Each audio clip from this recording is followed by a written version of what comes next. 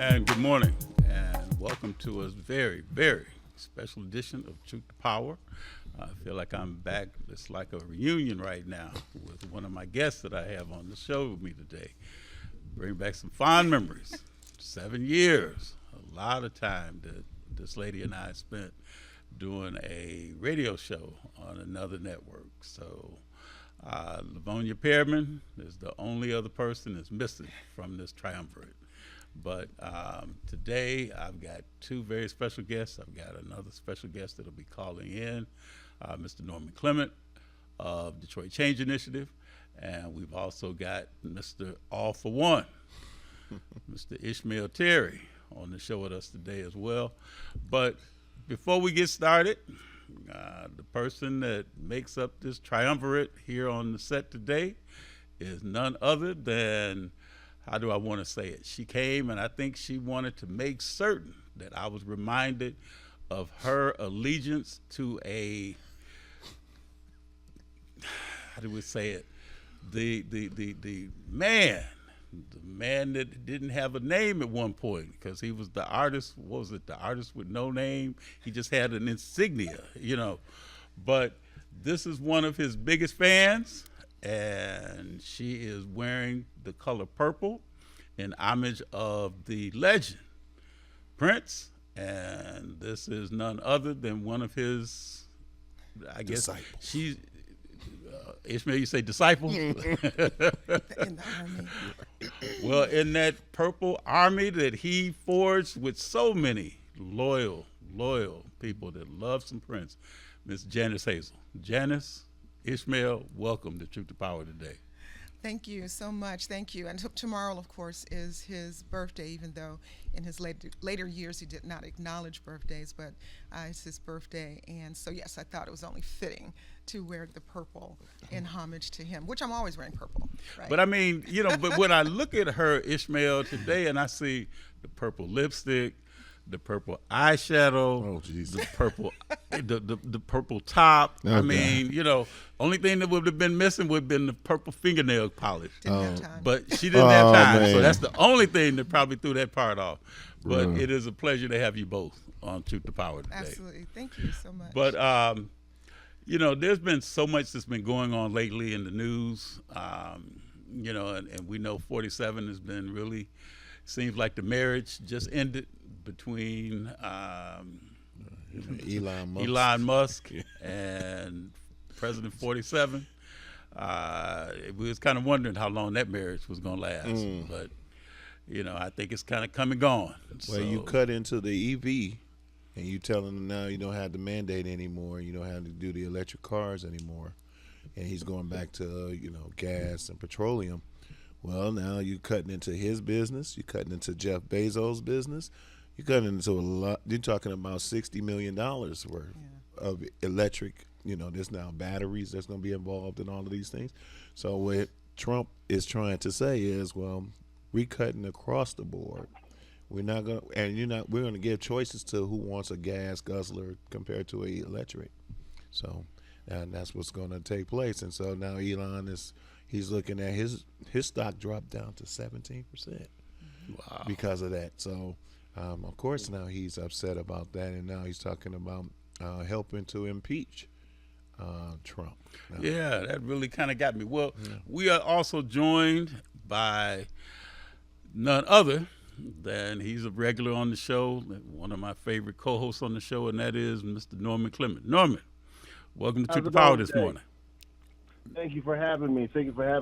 But Yeah, Norman, Ishmael, go ahead. oh, go ahead and pay homage to Ishmael. So we got I Ishmael don't Terry pay here. Ishmael and the Queen on there because, again, Ishmael's my big brother, homie. So we always talk on the side, and you got the Queen right there. So I definitely got to pay homage to her. So definitely that's why I'm coming to say what's going on. But go ahead with your question. Well, we hadn't got a chance to kind of delve into the topic, but, we'll start now since we got you on the line. I was trying to wait till Tim, our engineer, had told me that you were on the line. But, just want to get your, impressions first. about the upcoming. Well, we'll talk about the upcoming mayoral election in the city of Detroit, but we can also delve a little bit back into the recent WDIV poll that came out, as well as the some people felt slighted because they weren't invited to be at the Mackinac Policy Conference, and then the other where all the candidates were there at I can't remember the location, but for the forum that was conducted by Karen Dumas and by Charlie LaDuff, that were two of the moderators for that forum, and I forgot the other gentleman's name, but there was a lot of interesting dialogue that went on, not just in terms of, say, from the participants that were on the panel, but also the people in the audience. So a lot of information was going on. Yeah. But Norman, Yeah. just let me get your opinions about what's been going on with this mayoral election. Well, my opinion is that there is something going on where you're pretty much trying to get established the top 5 candidates who the media want instead of what the people want. You can't tell me that you did a poll of likely voters for 500 people are likely voters, a phone call poll, and all of them came down with these numbers. But the biggest question is that everyone still should be on there is because 22% of those same numbers, people are still undecided. So everybody still can be in the race. The second thing is that there's already a pre-notion that they want to pin 2 candidates against somebody. And it's not the ones everybody think there is. We see a lot of like the last mayoral forum you talked about, there's a lot of softball questions going towards, lately, out of all the forums, there's a lot of softball questions going to James Craig. A lot of softball questions. And there's a lot of softball statements coming out with this illusion of crime crime wave we have in the city, where last year alone, crime was down to a 60-year low with all the funding that go into community organizations, people on the street. Now, my thing is this. We've been doing phone banking for our nonprofit and our C4 for the last 4 weeks. And I can tell you, out of 200,000 calls that we have made, Darwin, we only talked to 200 people. So I'm trying to figure out who poster that DWD used to get 500 people on the phone because there's a lot of scam calls going. And so I question a lot of things of this narrative that's trying to make up what people want for mayor. I think they need to hear all candidates. If I was them, everybody should stay in the race because right there, 22% of the community does not know who they want to choose as a candidate. Number 1 is Sheffield because Sheffield's people are out there on the ground. Number 2 is 22% of people don't know. Then you follow up with a Kinlock, then maybe a Craig, then maybe a Durhal, and then then the Craig, then Chantel Jenkins is right then and there, and then you follow up with everybody else. So this thing is wide open, And so I guess my thing is that this narrative of trying to have one versus the other, trying to build a race to get behind, is a media narrative and not what the people want. The people want to hear from everybody, but also the people want to hear the truth. Well, Norman, you bring so many, all the time that you come into the station and you bring this to the show, you bring so many statistics. Well, we have the other statistician here in the form of the Queen, Ms. Janice Hazel, and she's got almost a book now, with all of the statistics that she brought in. But Janice, what's your thoughts? Well, thank you so much for having me, and it's so wonderful to be back with the two of you. We spent so much time together on the air. And let me just follow up with that, what you said, Darwin, statistics. So I'm a statistician. I worked for the United States Census Bureau. I have run the entire decennial census for 2010 in Washington, D.C., where I lived for 30 years. I'm from Detroit, but I lived there. And I also worked on many surveys in Detroit, managing Wayne County. So I know all of those census tracts and the 2020 census. So I managed the 2010 census in Washington, D.C., population count. And I was in recruiting for the 2020 census here in Detroit. Gotcha. Now, as Norman said, how did they get 500 people to answer the phone. I'm going to walk you back to 2020, and it's still going on today, that it's very difficult to get people to answer their phones, their cell phones. We were hiring people, trying to give them money with the United States Census Bureau for that 2020 census survey, and we couldn't get people to answer the phone. These are people who voluntarily applied for jobs, right? And they were good paying jobs for a short-term period, and you pretty much are wondering, is someone going to call me? We're calling and no one's answering their phones, right? And this went on for a year of the recruiting period. And it's still the same today in so many areas. I don't answer my phone if I don't know who's calling, if I don't see it, the name come up in my contacts. And then I certainly am not going to click on a link if I get a text or an email, because I don't want my phone or my computer hacked. So I question that. I think it's very misleading in terms of the flaws in this poll by the Channel 4 and the Detroit News. And I just want to throw out the statistics. So the poll used by WDIV and the Detroit News surveyed only 500, quote, likely, unquote, voters. Detroit, based on the Department of Elections, states that there are 524,562 registered voters in the city of Detroit. In November 2024, the general election, 47.17 voters voted. So that means 247,435 are likely voters, not 500, right?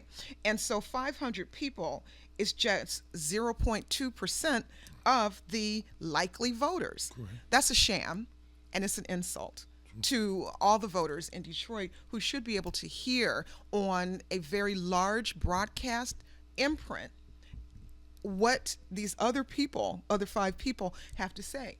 I want to know. I want to be more informed. And as I told you, Darwin, earlier in the week, I spoke with the general manager of WDIV Channel 4, and I said, 500 people, I think that your poll is misleading. I think that you, a corporation, are trying to engineer an election. You're peddling influence. And just so that I can back up and state why I feel this way, I have represented all 350 public television stations throughout the United States and our territories. That's Puerto Rico, Guam, American Samoan Islands, and before Congress, right? I was a lobbyist for the industry. So I know media. And I've been a staff writer for various publications around the country, right? I was a writer for President Obama, okay, in the White House. So I know politics. Where did I start? 50 years ago with Congresswoman Shirley Chisholm, right? That was my first boss. And then I went on to work for Senator Donald Regal, who was the senior senator for the state of Michigan at that time in Washington. And then, of course, I've worked for Congressman Conyers. But I've also been a lobbyist. And I know how you can manipulate statistics and you can manipulate polls. And that's what this is. And so when I spoke with the general manager, because I was really, really upset, extremely upset when I saw that article earlier this week, and he had the audacity to say to me that he was insulted. This is Bob Ellis, that I would state that they were engineering election. Well, what is it? Right. When you are a major broadcast outlet, along with a major print outlet, and you are stating that these 4 individuals are the top likely vote getters, therefore the others should not be heard. And we debated that for quite a while. It was nearly 30 minutes that we talked. Okay. And, I told him, you're insulted, I'm insulted every day. I'm a black woman in America. And I'm excluded from rooms all the time, right? And because my first boss, Congresswoman Shirley Chisholm, she said, what? If there's no seat at the table, bring a folding chair. Right? And that's what I've had to do throughout my career, dealing with white men who are the power brokers of this country, right? Yeah. And so they are engineering and excluding people.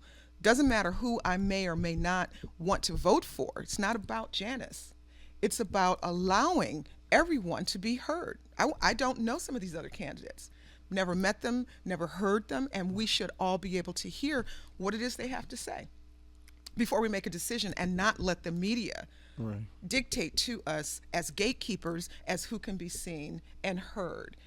And what happened to the Federal Communications Commission's equal time doctrine?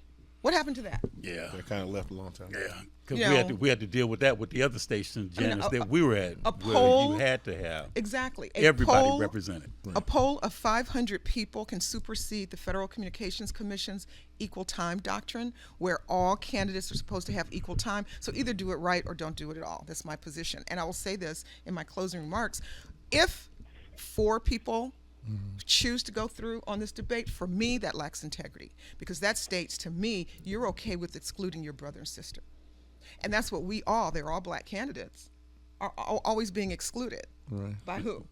The puppeteers who are engineering. And I just don't think that you should participate if everyone can't participate. That's my view. I got you. Sure. Oh, well, I mean, I heard Janice and I heard your guest, Norman, and all. But as the politician, I'm going to speak on this. One, and I've told the big bro this before. Sometimes we run candidates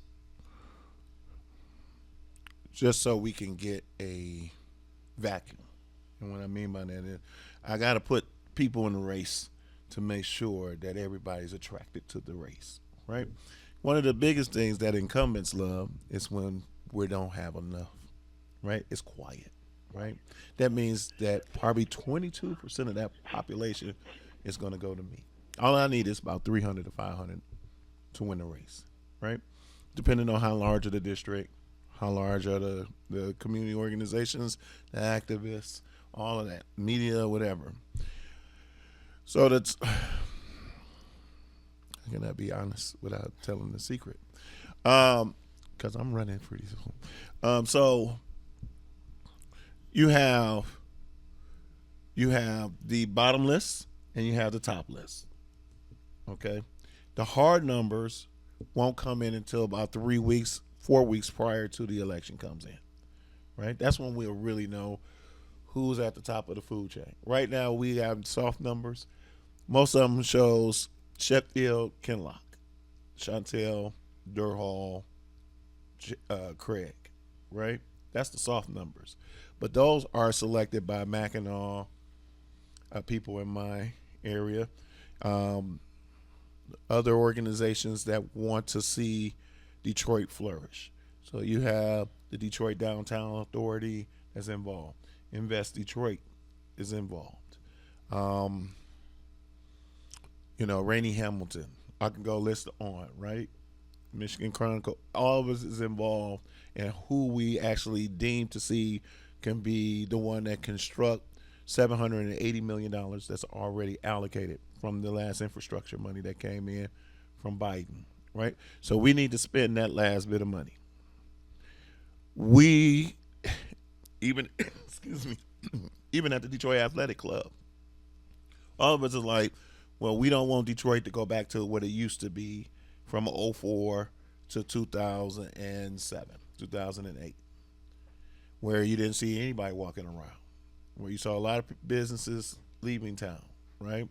And so because of that, you have a lot of interesting people, and Quicken Loans. All of us are saying, thank you. A lot of us are saying we don't want Detroit to go back to the way it used to be. So who are the people that will actually keep us, keep downtown and 30-mile radius inside? So you're talking Midtown, downtown, Corktown, so forth. So that's what the focus points are. People don't like it, but that is the truth. That is what's going on in our city, right? I'm born and raised here as well. So, so as the only politician in this, outside of Donovan, who would have been in here, who I helped raise him in this too, I have to make sure that the candidates that are going to be more subjugated to the idea of what downtown is going to look like, because we couldn't put the infrastructure into the unnamed or unmained areas. So we made Main Street. We put money into that. We put $40 million into Main Street, right? It's just to put sidewalks. You see the trees and all of that on the areas, right? But most of our money, our infrastructure money, that we don't want to go back to the federal government because Trump and them are taking it back. We have to spend that money now. So the worrisome is who in these candidates right here can actually move that money, because it's not just the mayor's race. You have to look at what's the state going to do, because the state has to balance the budget by October 1st. Or it has to go back. Yeah. Well, And see, that's then the you'll thing. lose 15%. But see, that's the thing, Ishmael. You know, and Norman, I want to get your opinion on this. We're talking about the polls, and the polls are really looking at giving people the impression that Mayor Sheffield is the front runner, and then the rest is, as Ishmael was saying, you've got the other candidates that may be pretty much like trying to go and get more or higher polling numbers to try and separate themselves from the rest of the pack. Correct. And whereas, Norman, you look at the other people like outside of Sheffield, what do you think, Norman, is happening with those other candidates when you look at the Durhalls, the Jenkins, the Todd Perkins, and the Kinlocks? What do you think they need to do, Norman, to try and separate themselves from the rest of the pack? Well, one thing they definitely need to do is go out in the community and really start talking to people, shaking hands, and really hit those doors. Unfortunately, only one person has really been doing that consistently is Mary Sheffield. And so you're dependent on people in polls that way. And yeah, you'll get your notable people always come out front. Sheffield's been running for mayor for 3 years. Ishmael knows me. If you want to run for mayor or any candidacy, you don't run the year of. You start running 2 to 3 years prior to it. So she's did the investment work on the ground doing that. Other candidates who have decided just to jump in this year, unfortunately, you're going to have to be on the ground to do the work to get those numbers up and polling be visible.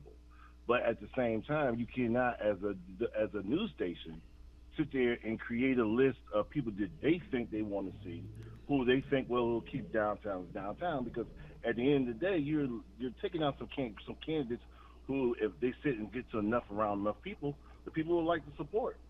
And so there are some folks that just running just to be running. Of course there are. There's always like that in every election. But at the same time, what's happening in Detroit, where you have 22% of the people are undecided, and that number is probably a lot bigger than what they think there is, then you have an onus as a company and anybody to hear everybody out. Just think back when the Democratic election happened, when you had 12 or 13 people running for president. They had 2 panels. Everybody had their voices to be heard.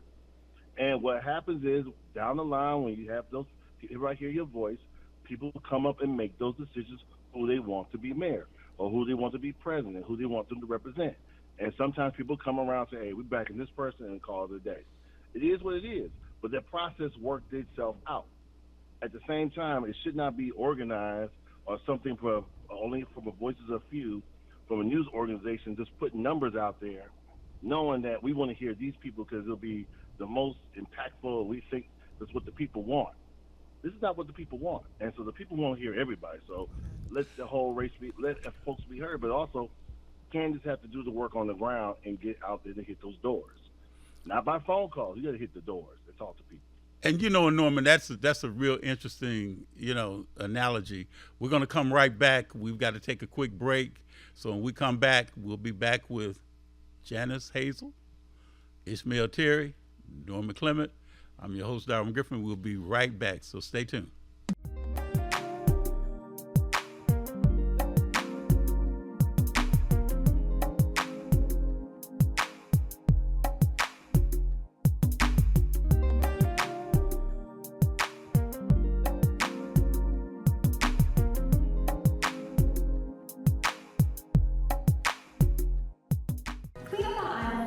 Clean up on aisle 5. Sounds like my life right now. Just one big mess. What's going on? It's my property taxes. What? I am behind, and I am so worried that I'm going to lose my house. I can pay some of it, but I can't pay it all at once. Sorry to interrupt. I'm Eric Sabri, the Wayne County Treasurer. The last thing I want is for anyone to lose their property to tax foreclosure. We have assistance programs to help. For more information, go to treasurer.waynecounty.com. We're here to help. The PJ Collection. High tops. Slip-ons. Sweatshirts. Drink flasks. The PJ Collection. Available now at ClaudrianJackson.tv. The Word of Truth Church, 7107 Brevard Avenue in Warren, Michigan, presenting Breakthrough District Conference 2025. Glory is coming out of it.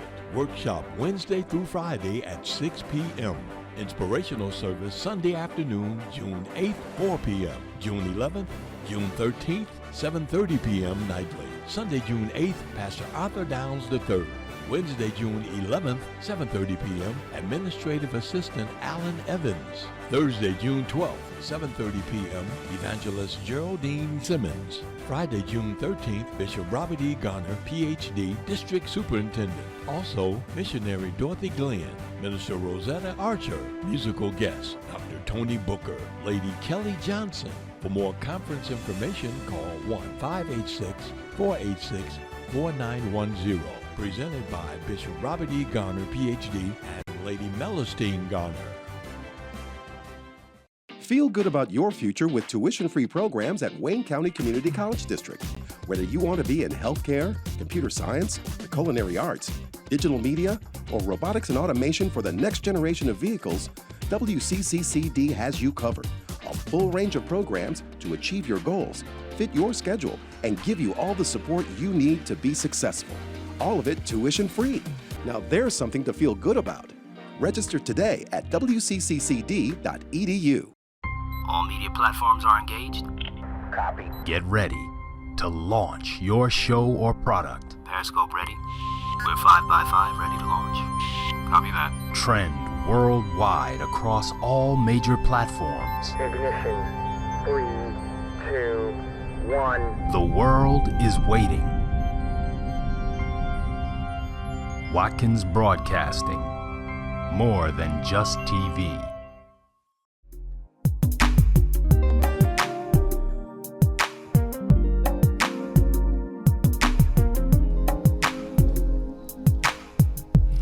And welcome back. You are watching a special edition of Truth to Power, and we're delving a little deeper into this upcoming mayoral race. As everybody knows, just remind people there's a primary that's coming up in August. Of all the candidates, and I believe there's 9 candidates in total that are running for your support for mayor, and of those 9 candidates, the top 2 candidates will then face off in the election in November.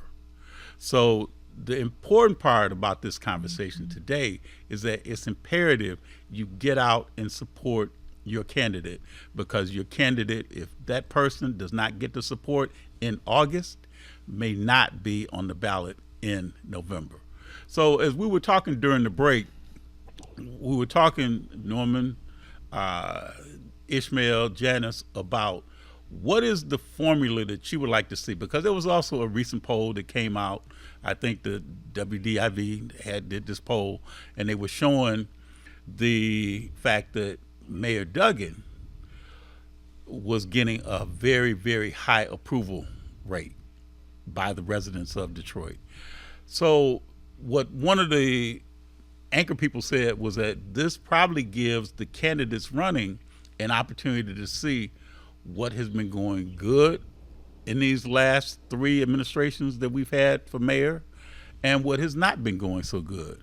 So Janice, what do you see as the main thing that this new mayor needs to focus on for his or her next 4 years? Well, number one, for those of us who were overassessed or overtaxed between 2006 and 2016, some are narrowing it to 2009. I know my house, my property was overtaxed $5,400, and I'd like to get that back in a form of a tax credit or just give me the cash back. And so I think that that has to be addressed. And I'm very annoyed that this administration has hid behind corporation counsel or general counsel, stating that, well, the state constitution doesn't allow us to give money back to the residents. The state constitution has been revised, amended 36 times. I've worked on ballot initiatives that revised and amended the Constitution. So I'd like to see the chief executive, whoever that person becomes, to fight in Lansing and explain how residents of the city of Detroit have been overassessed, overtaxed, and how that should be taken back. I think any other mayor in the state of Michigan would have been lobbying for that, as opposed to saying, oh, you know, it's in the state constitution, because a lot of those people lost their homes and were displaced.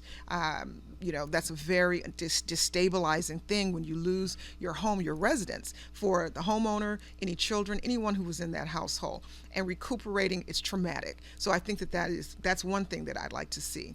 And I heard Mary Sheffield had a little town hall last night, and I heard something that I had not heard her say before. And I appreciated getting that piece of information, which is why I think that all of the individuals who are certified duly by the Department of Elections should have an opportunity to speak on the largest platform, which will be a televised broadcast as well as streamed later this month. She talked about impacted residents and how they can call and get potentially preferential treatment for any housing program like home repairs and others, which I was not aware of that. And so I can now push that information out. And I've heard Council President Sheffield speak on many occasions, but this particular town hall, she mentioned that. And so I've pushed that out to a lot of my elder neighbors and family members. And so that's why constantly we need to be hearing from the candidates. This one, of course, has been in public office and has been able to work on legislation to right some injustices that have occurred. But I would like to see more development in the neighborhoods. We've been saying that for virtually all my life. Right. That we need more in the neighborhoods. We need more curb repair. We need more street repair. Yes. We need more street lighting in the neighborhoods. Shopping downtown, dining downtown is wonderful and great, and I'm very, very happy for those businesses that are there. Right. But getting downtown, particularly, you know, I have a mobility disability, so getting downtown is challenging. It's challenging getting into Hart Plaza for events. It's challenging getting into, there's no drop-off space for a person who has a mobility challenge to get into the Fox Theater or Comerica Park or any of those. And so I do my shopping largely in the neighborhoods, small boutiques, dining in the neighborhoods. So I like to see more in the neighborhoods. I think that's what the chief executive, whoever that might be, should be saying to me and a lot of others, not, you know, who's going to, as you were stating during the break, who's going to do what for downtown, because even as a child, you know, that was the issue. You're doing all the development downtown, and I understand you got to, as Coleman Young said, clean up and fix up your living room in order to invite people in. I understand that. I was a marketing manager back in the late 90s for Visit Detroit. You know, I was a part of the team that helped bring the 2006 Super Bowl to Detroit, right, when we didn't even have the requisite number of hotel rooms. So that was in 1999. So I understand sprucing up Detroit. But at what point am I going to see in the aviation subdivision between Joy Road, Tireman, Schaefer, and Wyoming some development? Okay, so if I can. So what are the two things that you see that person needs to do? One, that the next mayor, whoever comes into this, one needs to be able to allocate existing dollars that is on the unrestricted side. Remember, I've taught you that we utilize unrestricted dollars to build any and everything, right? Restricted dollars, when we get them in from the state or from the federal end, we have to use it for what it is, right? They have to be able to utilize that unrestricted dollars to go to the neighborhood. That's where you're discussing. If they don't know how to maneuver that money, the CDBGF funding, the block grant money, and things of that nature that comes in with the federal dollars, that's not the mayor for you, right? Because then they don't know how to increment that in the idea of what that community needs, right? Strongly, you need to have a mayor that can actually make developers like me say, okay, we're going to check your books to make sure that 51% of the people that you are building in that area are getting trained for those jobs. Okay, because most of the times we sign in agreements with the city saying we're going to build this thing over here, and then we'll have 2 or 3 meetings with the community and say, oh, we had our meeting with them, we filled our requirements, thank you. Then when we started building it, you'll start seeing us drop 51 to 22, right? Or 22 to 10, because we'll say that not everyone is meeting the requirements for that job. So I think that we need to, one, have a mayor that will actually be on the backs of developers who come into our communities, because most of those developers are not my color. Most of those developers are from other continents anyway, who's getting a quick fix because they get 22% off on tax abatement towards the properties that they're redeveloping. Well, let me just say this, if I might. Yeah. So my mother was a social worker for the state of Michigan Okay. for most of her career. She also worked in the juvenile court system, Right. but she was also an entrepreneur. She owned a flower shop. She was incredibly creative, was a floral designer, and so that was her love, and she owned a shop. Okay. Her first she was, selling from home, making silk arrangements. People loved them, and so she started doing live flowers. She bought a building on Joy Road, right off of Greenfield, and closer to Hubble, and so that was the 80s. And then the 90s, she bought a building on West McNichols. Okay, Yes. and I can go. So that shop opened in the 90s, and I can still see the lack of curb repair. Right. I can still see the lack of infrastructure on West McNichols and Joy Road, where my mother used to have her shops. Okay. That makes the area not inviting for an entrepreneur to have a business. Right. And so all of the infrastructure developments and enhancements that are happening downtown are Yes. great, but we need to share that in the community so that places are inviting in those neighborhoods for our small business people who are largely going to be residents of the city of Detroit, who are largely black, Right. and they're small business owners. They're employing people, right? My mother employed people in the community Right. in both of her flower shops. Okay. So I'd like to see some enhancements in that area. Driving over here today, I live on Oakman Boulevard, right? So of course I take Oakman all the way to Highland Where Park. you at? Yeah. Looking at the developments over there, these lovely Did you like the townhouse structures, townhouses? the townhouse structures. But what I saw, particularly for the seniors that are over there, Okay. I saw women older than myself Okay. leaning on a fire hydrant because there's no bus bench for them to sit on Okay. while waiting for the bus. So you Okay. got a lot of seniors living in those lovely townhomes that were developed. But what about the other infrastructure? I'm still waiting for the Joy Road bus, and I graduated in 1981. I'm still waiting for the Joy Road bus to pick me up to get downtown. These people, we don't have bus benches on so Joy then Road. This is what I always tell residents when they come to me about this, right? Because part of me is Planning Development Commission, right? So I do a lot with Marcel Todd and all of them. I'm on the zoning for this city. Probably about like 80% of the population in this city has the same complaints, right? So I will tell them, well, if you contact, reach out, and establish a relationship with your block clubs and all of that, right?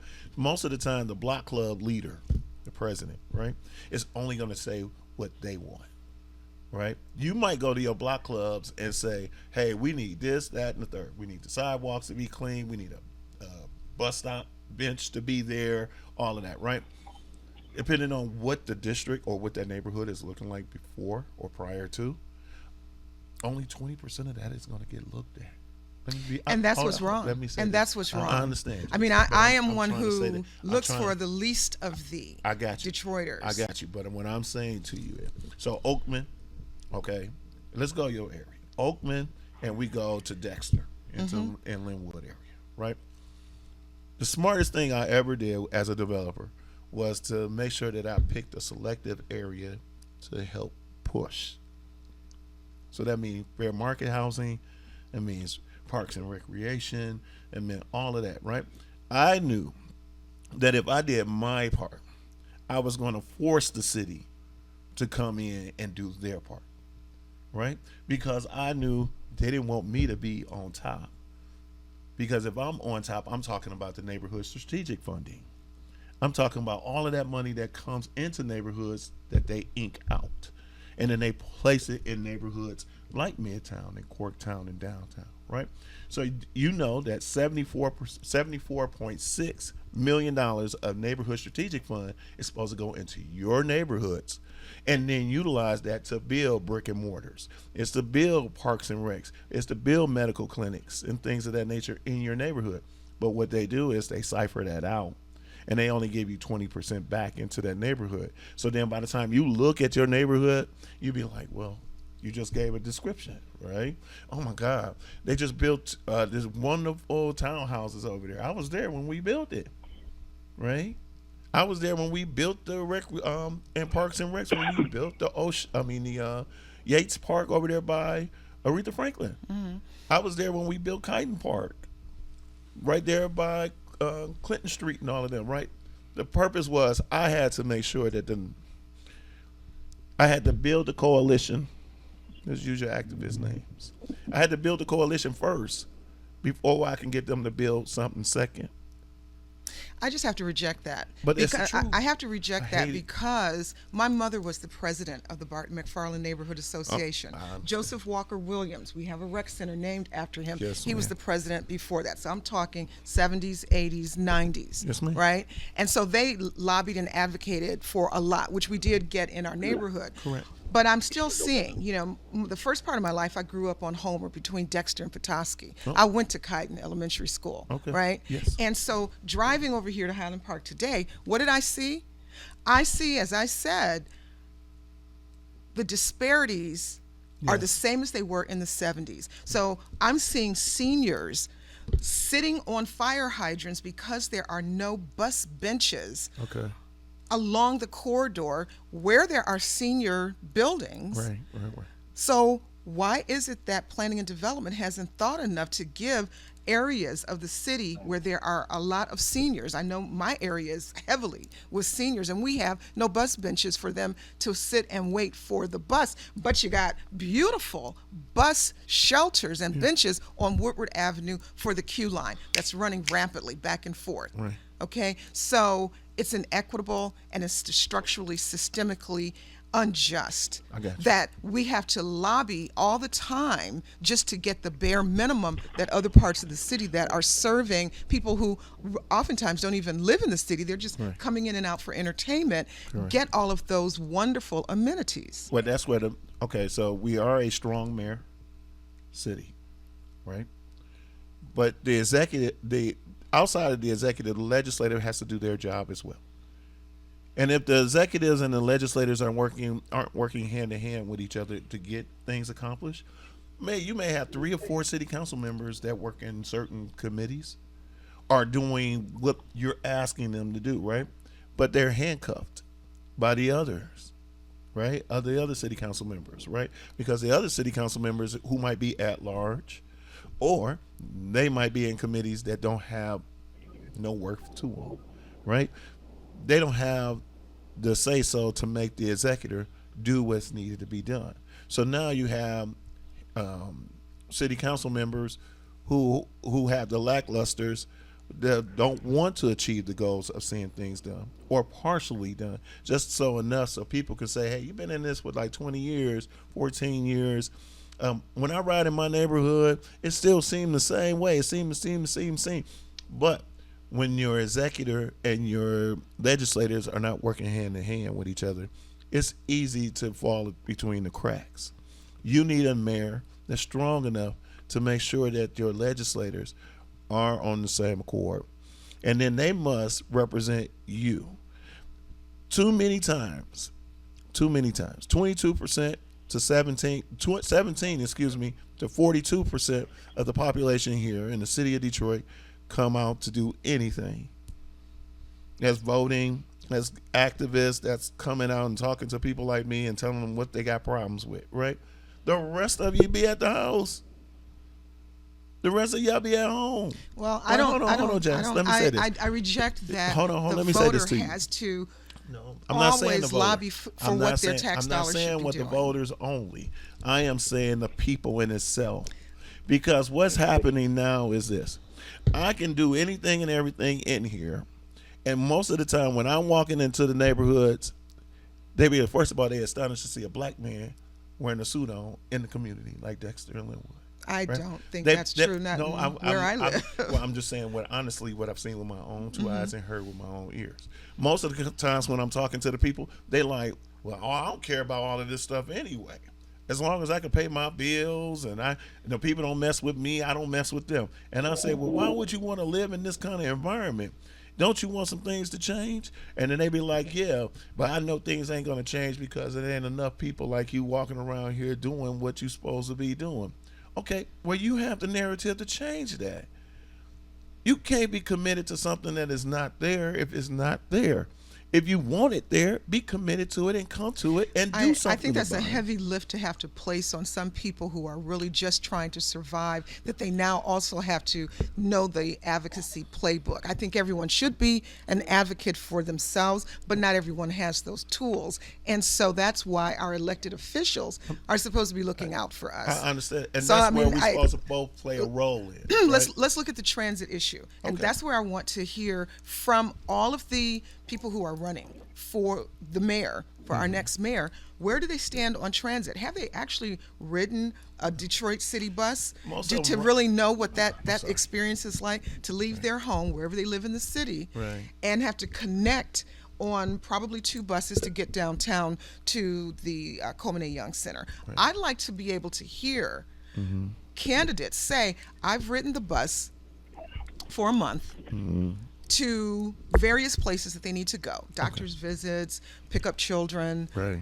go whatever, and let me know that they're going to help make it better for those of us who may have to take public transportation. Gotcha. That I'd like to hear what people are going to do if they were to become the next mayor of this city. The infrastructure enhancements are great downtown, but what's going on in the city? Once again, I saw it this morning. And I see it whenever I'm out in the city. Oh, I got you. People can't even have a bus bench to sit on while they're waiting for the bus. And that brings up a good point, Ishmael, Janice, Norman, because there are main arteries that reach out from the downtown Detroit. You're talking about Woodward, you're talking about Grand River, you're talking about Gratiot. Those are 3 arteries, and you're talking about Michigan Avenue. Those are arteries that you see a lot of people still using, as you said, Janice, public transportation to get in and out. And Norman, I know we've got a short time with you left on this call, but Norman, what's your thoughts about this? Talking about public transportation. Correct. I mean, number one, if you treat public transportation as a vehicle for the poor, you won't grow a city, no matter how much you put into infrastructure downtown Detroit. Because guess what? This is just not a new playbook. This playbook unfortunately happened under Kwame Kilpatrick. Before they got to this point, there was a session that stopped the progress. Then it picked back up. Then next thing you know, COVID stopped the process. It got a little bit better, and now we're at the same thing, facing economic crisis coming up. Because guess what? All these projects that you feel downtown have to be paid for by citizens. You have to raise taxes. So how can you grow a city in Detroit, raise taxes on the people, all the services are going downtown? Again, if you do not address the biggest factor, we're talking about transportation for over 40 or 50 years.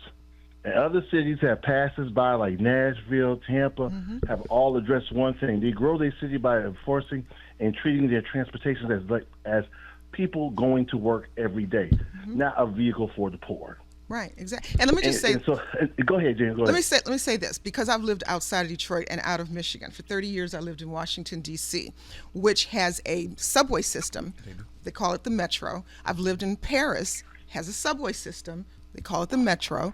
London, the Metro and the Tube, right? Getting people around, not only the visitors, but the everyday common person.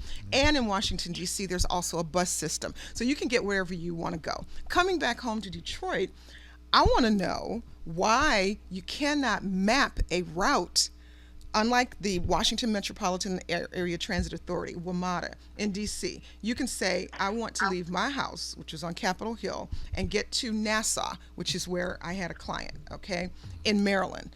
And I can find exactly if I got to take the subway and the bus to get there.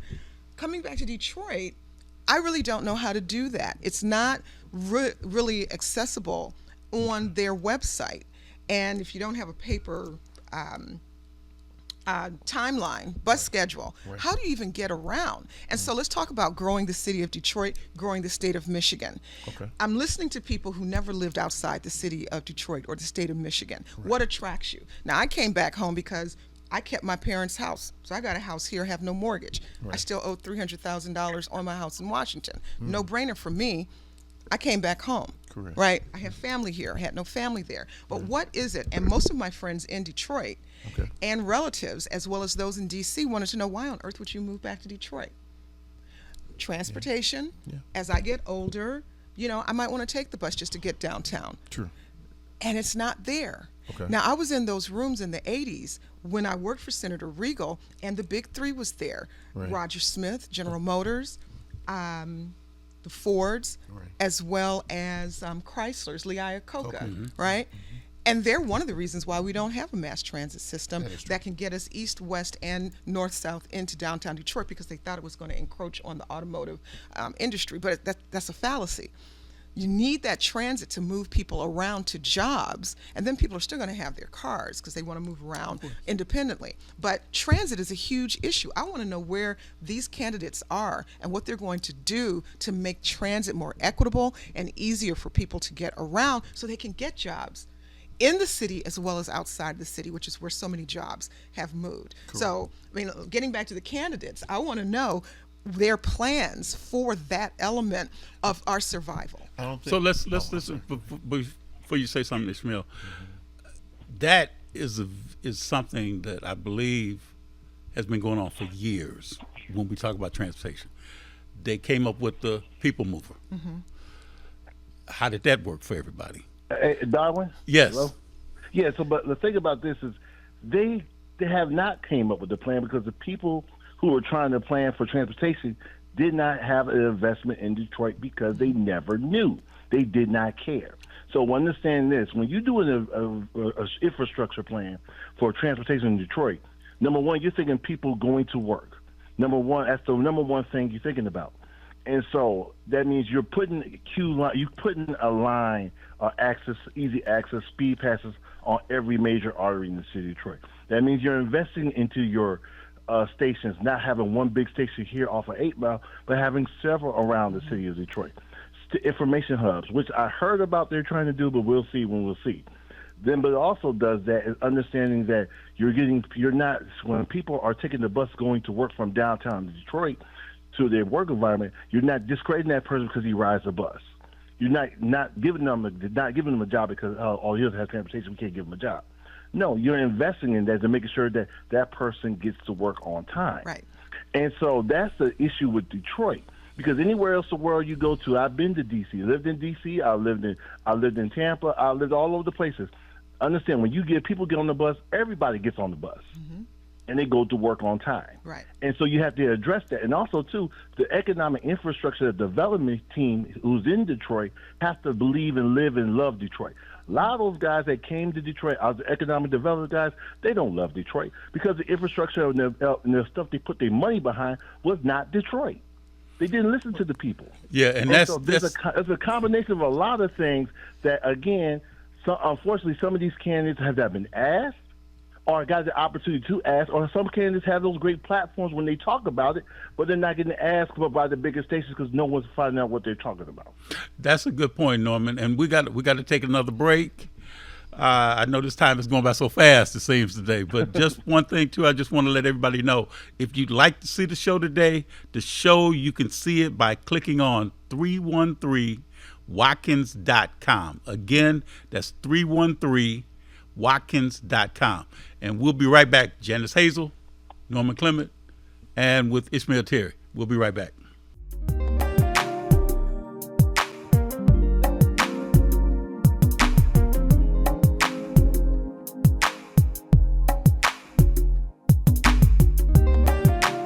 you ready to step into the most unforgettable hour of your life? Good, cause you are getting ready to experience the captivating, inspirational, timeless Dr. Claudine Jackson. Join us this season for unforgettable guests, unforgettable stories, and unforgettable moments. Dr. Claudine Jackson.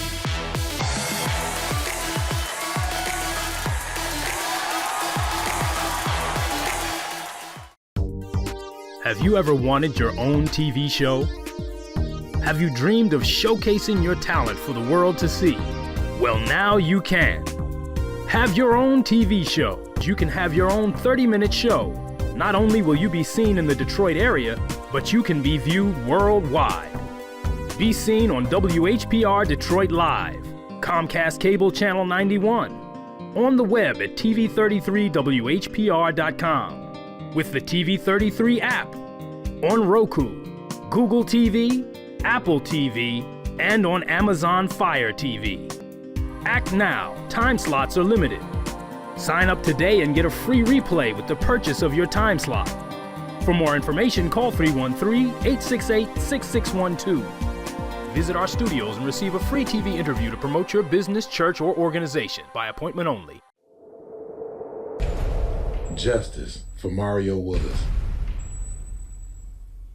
Truth. Facts. Evidence. Matter. Log into justiceformariowillis.com. Read for yourself.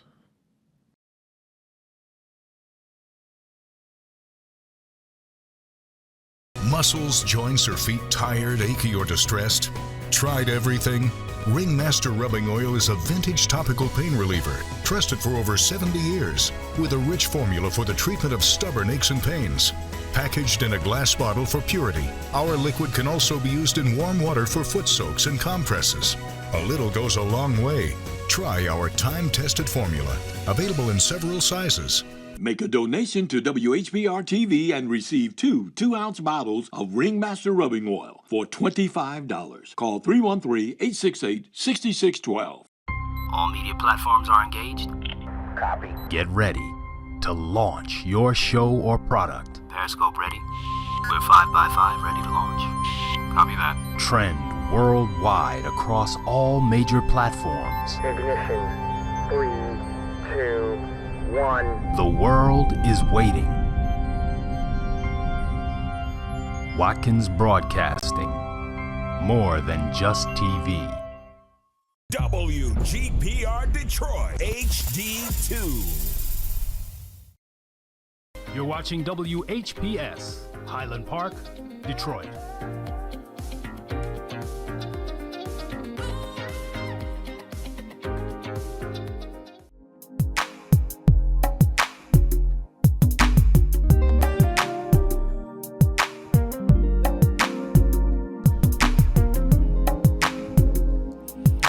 And we are back with Truth to Power. You are watching on 313watkins.com. And Janice, you were saying there's another way that people can watch, especially if they're using the internet to watch. Right. I don't have cable, and so I download to my Fire TV and my Roku the WHPR app.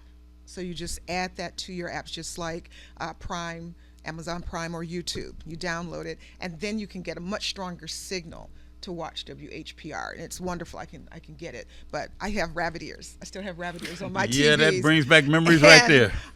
And a little aluminum foil on the tips, right? That brings back a lot of. But you know what it makes me think about too? It makes me think about the old turntables when we used to put the money on the arm of the turntable. We put the quarter, the nickel, and the penny, and to make it a little bit heavier. Or the TV cutting off at 12 at midnight. Absolutely. Where you got the test pattern, right, that comes on. Absolutely. But let me ask this question now. We were talking a little bit about this during the break. Okay, here, a lot of people have seen people that were city council and then tried to transition into running for mayor. And the thing is that we've seen a few women that were on city council that had tried, that ran but they ran unsuccessfully to run for mayor. There was a lot of questions about whether or not, in the broader scheme of things, whether or not if the nation was ready for a female president. And I know there was a lot of diverse conversation about that. Now here we're talking about on a local level, is Detroit ready for a female mayor? And I'll start with you on that one, Janice. Okay, thank you. Thank you for bringing that up. So, it's really interesting and disheartening. I have my first line cousins, those that I grew up with, right? And then their children, and now their grandchildren. So my second cousins are in their 20s and 30s, right? And going into the presidential election last year, where my sorority sister, Kamala Harris, was running, I was talking with one of my younger cousins who's about 36, right? And he says, oh no, I'm not voting for a woman. I said, wait a minute, your mother had 7 children. She, made $1 out of 15 cents every day. What are you talking about? You always had a roof over your head, you always had food to eat, and you grew up to be a wonderful entrepreneur. Why is it that you don't think a woman is capable of running the country? And then let's drill down to the city of Detroit. There are still a lot of men who do not believe that women are capable or should be in the race, let alone in the executive seat. So growing up, who was there? There was Mary Ann Mahaffey.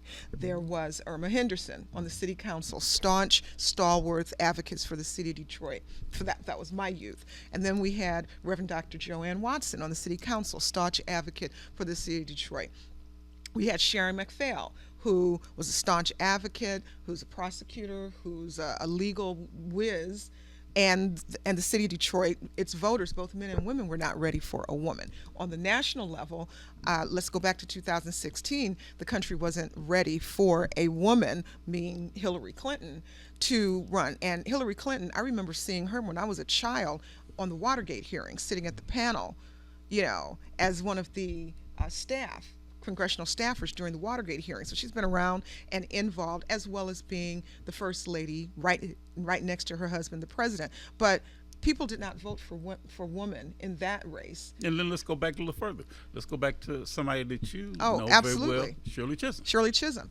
And I have to say, it was, to learn that history, because I was a child during that election, but to be able to talk to her firsthand, and who supported her out of the Congressional Black Caucus members? Congressman Conyers. The other Black Caucus members, because she was the only Black woman who was in the United States Congress at that time, the 1972 race, she ran and was getting muster, but Black men would not vote for her. Okay? And so that comes, 50 years later, Black men did not want to vote for a Black woman for president. So in the city of Detroit, when you ask the question, is the city of Detroit ready for a female mayor? I think the city of Detroit is ready for a person who's passionate about the city of Detroit and its evolving ability, and who is capable. And so we have women who are running, who have been in the legislature, as well as gone on into business. And I think absolutely a woman could and should be the chief executive. And when you talk about experience, as well as any of the other candidates who have that relevant experience, which is why I'm so annoyed that another legislator who's been in the State House on the Budget Committee, as well as on the Detroit City Council, chairing the Budget Committee, is not even going to be on this upcoming candidate forum to learn more, about that process. And something I have to say that the council member, which is my council member in District 7, Durhal, he has for 2 years been doing legislative policy sessions to inform the constituents. What is the process? So that you know how to participate in the process, how to participate in the budget process, to request those infrastructure improvements and all the things that we want. And so I really appreciate that, and I wish that more legislators did that, because not everybody knows. I've been a paid professional lobbyist, as well as a legislative staffer in the halls of Congress, as well as an elected official in Washington, D.C. So I know that process, but so many others don't. Correct. And so when you talk about is the city of Detroit ready for a woman, I think the city of Detroit is ready for a person who is capable, and we do have 2 capable women candidates. I'm not sure about that third one. I just don't know that person. But we do have 2 very capable women candidates who are running, who've been in the council. One is the president. Now, we can say, well, the president of the city council is that a pageantry race? It's all about votes. Who gets the most votes? Correct. Right? So, that was the top vote getter in that election. Prior to that, Pro Tem, top vote getter. Okay, and a lot of that is name recognition. But I hope, just as I have talked to my younger relatives who happen to be male, I hope that you can see through gender, just like we would hope that people can see through race, and select the most capable person based on their background and their experience and what they've actually done. And let me put a disclaimer before I get to your point, Ishmael, is that currently, right now, a former guest on Truth to Power, Malia Howard, is currently the deputy mayor of the city, of the city of Detroit right now.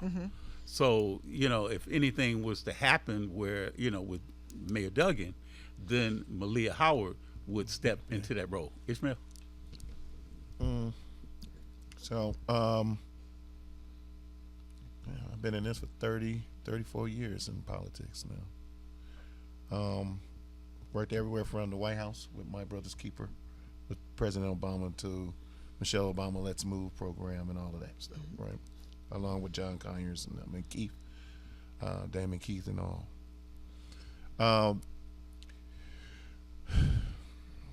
Women can be mayor. We've seen that so far. The problem that you're going to have is that YouTube thing is propagating a lot of black women who are mayors in other cities, like Chicago, right? Out there in what's her super mayor, right? Tiffany Haddish. Like, so they're gonna place those images out there of black women being mayor and the downfall that they've had since they've been mayor, right? So that's gonna transcend across the air into people who aren't really involved in politics, but they're going to be first-time voters or whatever, and they see that, right? One, you have to stop that, right? If you can stop that being on air on YouTube and TikTok and all of that, showing black women on the wrong side of, Fannie Willis, who's the DA in Atlanta, right? All of these black women who had these high position jobs as mayor, DAs, and all of that are showcased as they're being negative, that they're being audited, or they're being attacked by the attorney generals and such forth and so on. Leetta James, who's just recently the DA out of New York, who just now got posterized now on Channel 7 on Good Morning America, saying that she lived in one area, but she's the DA in New York, right? Now she's under investigation. So, as you may say that black women can be, they can be, but what's being shown to the public is that they shouldn't be. So you gotta change that narrative. You gotta change that narrative. Come on, who has really turned this country into the Well, toilet? we know who Men. Men. Who's gotten us into wars? Men. So, whatever is on social media, which a lot of people consume, which is true. up. But let's not forget who's been investigated more through the centuries. Well, that's because men have been more involved in the politics than the women. So that, but we know that. Not, but what I'm saying to you is the question is, can most men, and I'll say this shockingly, right? When the parties were starting to create its own narrative, they left a lot of men out of the process. So they were so busy doing I'm going to give the women this job, I'm going to give the women this job, I'm going to give the women this position, I'm going to give the women this position, when even some of the women were asking, well, why are you not giving some of these men some of these positions? They saying to them, well, This is the era that we need to change the narrative and give women more opportunities. There are very, very few women around the But United it States has who were not happened. capable, who But got their jobs. it And has as a happened. woman who has been in a number of positions, one of the first things that I've been asked is, you know, are you sleeping with that person who happened to be the boss, the man? I resent that. I've been very capable. I have trained. I have the education my parents put into me, but women have to fight that, and it's at the hands of men who put that but narrative we have out to there. Put that out there too. Now let's not go this route. Come on, now. who was in the White House having sexual relationships with a woman? A man who was president. But the woman was doing it too, though. But She's who not- was she's who not was excluded. who Well, was the let's who was hope- the let's elected not official? exclude. Let's get Who back. was the elected It official? doesn't matter who. It matters I who mean- did it. But let's get back to Detroit now. Come on. we went way over into Washington, I D.C. mean- Let's I get mean, back both to of them Detroit. doing the do. In Detroit, Yes. do you think that we are ready for, and I've heard what you were saying, Janice. I've heard what you've said, Ishmael. No. Because the thing is, now you don't think that we are? No. Why is that? No. But give a No. give a No. quick little Why is 1 that? minute synopsis why you don't think so. Because one, it's still a male-driven seat. You haven't shown any initiative to change that. Who hasn't shown the initiative Women haven't shown in a any patriarchal society? You still haven't shown anything. That why would a woman be the mayor of the city of Detroit? Okay, I'm really gonna have to leave because I can't even sit next to that. what Women have have we not shown? shown. No. We have a president of our city council who happens to be a woman. We've Okay. had other presidents of our city council who were women. You know, through the years, who have led the council in a very good way and were advocates for this city. We have a governor of the state of Michigan who is a woman who has been bringing the bacon back to the state on many, many levels. And because you're saying women haven't advocated for our position to be in another position, that we shouldn't be there, men are still gatekeepers in every aspect of our colonized United States. And so women have, I mean, we don't even have in some of the highest legislatures the ability to speak for our own reproductive health and or health care. And that's not because we're not advocating for it, it's because we're in a patriarchal society. Okay. And hold see, on, hold on, Ishmael, hold let on, me hold say on. this. Let me Okay. say this. Hold on. Listen to what Janice was just saying. I did. That's why I want to rebut. The thing is that I tend to have to agree with what Janice is saying because you look at, we've had two near females that became president of the United States. Now, just because of some things that happened during the process, we didn't see Hillary Clinton and we didn't see Kamala Harris ascend to that position. Right. But we in the state of Michigan, we've got three right now. They call them the big three when it comes to the governor, the attorney general, and the secretary of state. All three of them are female. And there was a lot of people that did not think that that was going to be the case. Now, that's the other thing that we got to look at too. As we know, the current governor is term limited out. So now we have to look at next year another election for governor. Now, there's several candidates that have made that announcement already that they're vying for that position. And one includes our current Secretary of State, Jocelyn Benson. That is true. So we may see another, we've already had Granholm. That was something that a lot of people didn't think was going to happen, as well. But those women that have ascended to those positions, and also even the same thing when it comes down to Senate. Right now, we have Alyssa Slotkin just won. We had Stabenow. David Stabenow was in there. We also, look in terms of say at people that have been in those positions that have done great things. But then the other part of that equation too is it was Janice was saying, and I'm not saying, because I'm not going against, we got some great men out here that do some great things. But it seems like, to your point, Ishmael, more men have been in those positions that have been scrutinized in terms of say, because they've been in those positions. Now, as a lot of women say, let the women get a chance to be put more so into some of those positions. The men have done a lot. They've done some great things. We've had some men that have not done some great things. Right. but it's a matter of giving people an opportunity to see just how well they can do. Just like even with the city council right now, you see how Mary Sheffield is the president of the city council. True. You see also in Chantel Jenkins, the president of Thaw. Correct. Now look at all the people that benefited from her leadership under the Heating and Warmth Act. You're looking in terms of, say, at other people that right now they're looking at trying to see who could run for president in 4 years from now. Names that are bandied about, you know, back and forth. There was a lot of conversation too back to people that thought that Gretchen Whitmer was a candidate. And some people thought that she might have been a candidate that might have been just as good as Kamala Harris to run for that seat. When they were talking about her or Gavin Newsom, and they were balancing the two acts together. So I think the thing is right now, I'm not saying, I just want the best person in the position, but that best person hopefully will surround herself or himself with people around. And Ishmael, you know, you've been in leadership positions. Janice, I know you have as well. So you put people around you that may take over some of the shortcomings that you may have. Like if you don't type that well, fine, you may get somebody that can type. And that's not saying it's going to be a female or a male. It could be either or. There's some men that type just as fast as what women do. And the same thing when it comes down to enunciating, just like talk shows.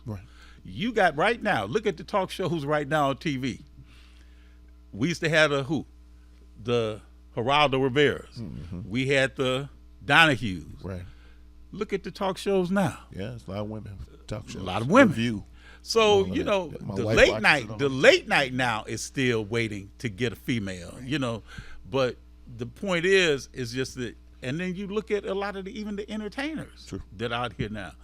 Some of the most prominent people in the acting community are female.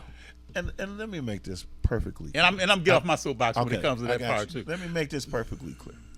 The greatest leader the three greatest leaders that ever walked the face of the earth for me was my mother, my wife, Dorothy Terry, and my grandmother, Ida Mae Jones. Those are three top leaders. My wife, Bridget, my mother, Dorothy Terry, and my grandmother. See, I know it'd be hard for you to go home and not give Bridget Terry that credit when you go home like that. Right? I know that. Know. And then I know about Dorothy because Dorothy was on the show with us for Mother's Day. And she'll pull a gun because she's a retired immigration officer, customer. What I'm saying is this. I'm not saying that I'm actually supporting Jocelyn Benson to be governor. Okay? I'm actually supporting her. Everybody and their mama on my head about not supporting Mike Duggan. I'm supporting Jocelyn Benson. I believe that Jocelyn Benson is the greatest opportunity of replacing Gretchen Whitmer. Okay? I would like Garland Gilchrist, but I know we had this discussion before. You go further west and up to Michigan, the Klan come out at night, right? So they're not going to give him a chance. The city of Detroit is still patriotic.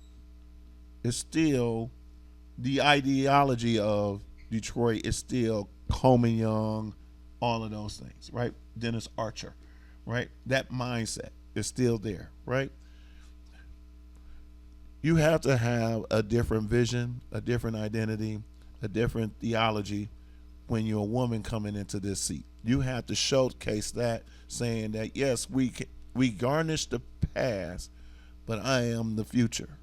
And if Sheffield or Jenkins and them can say that, just those words, then yes, I can see that happening. But when you talk to these people on an everyday basis like I have, they ain't talking like that. They're not talking nothing like that. They're not talking about the future of where this can be. All they talking about is what I'm going to do when I get in the seat. That's basically what the conversation is about. What am I going to do when I get in the seat? Okay, well, when you go in front of the people, you ain't saying those three words that I just said. So then now everybody is like, well, why would I vote for you? Why would I stand with you? Because you're not really talking about the future. All they're doing is letting the people of the past talk about the past so much that you're not even thinking about talking about what the future is going to look like.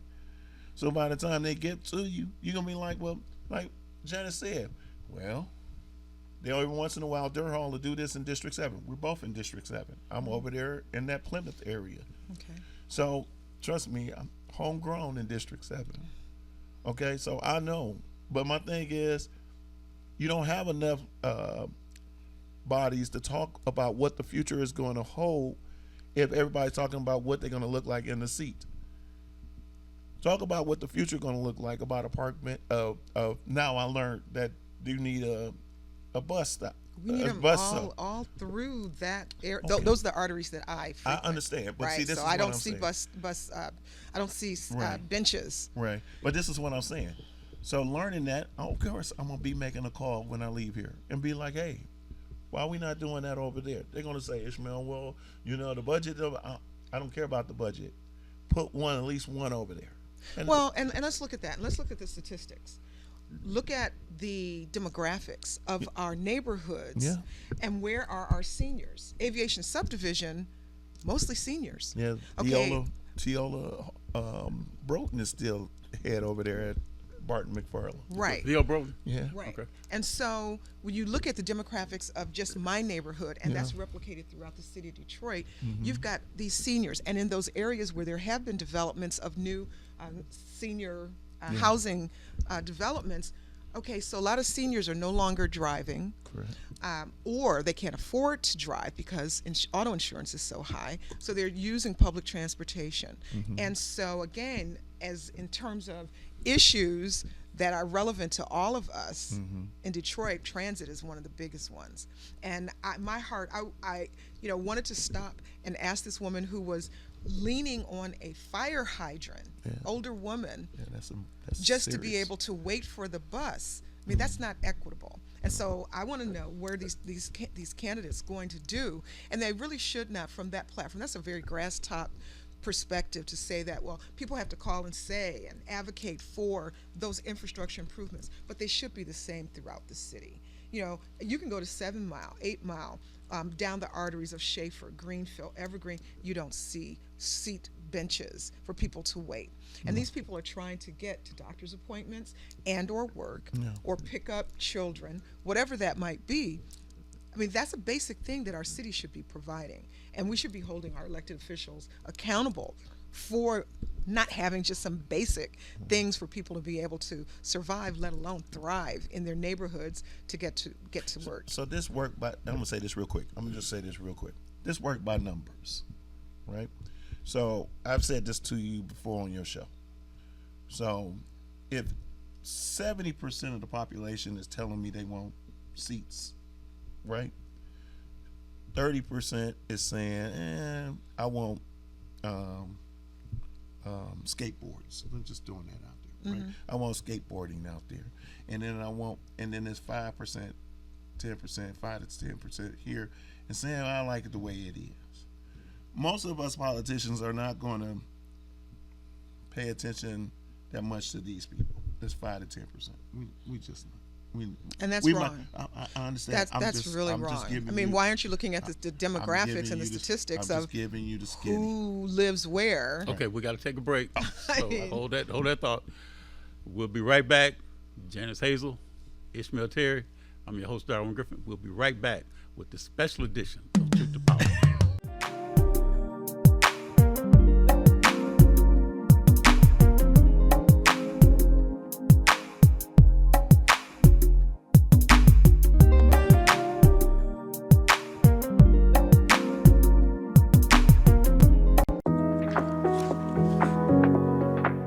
Hey, I know you've seen them. Those sleek vapes that everyone says is better than smoking. Here's the truth. They're not. Did you know that in Michigan, 14% of high school students use e-cigarettes? That's a lot of people risking their life for a quick buzz. Nicotine doesn't just harm your body, it affects your mind too. It can make depression and anxiety worse, and even change how your brain handles stress. You deserve better than to let a tiny device control your mood and your future. You know, I thought vaping was no big deal until it starting affecting my mood and focus. Yeah, and did you know that kids who vape are more likely to smoke cigarettes? But there's good news. You don't have to do this alone. Whether it's through friends, family, or a support group, there's always a way out. Your health, your future, you're worth so much more than what vaping has to offer. Detroit's got your back. Visit CUYFDcoalition.org for tools and support to help.